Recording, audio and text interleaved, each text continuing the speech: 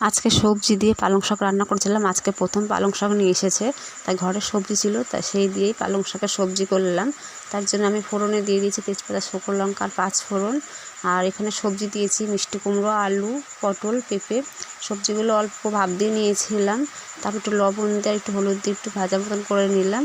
আর পালং শাকটাও আমি অল্প জলে ভাপ দিয়ে নিয়েছিলাম।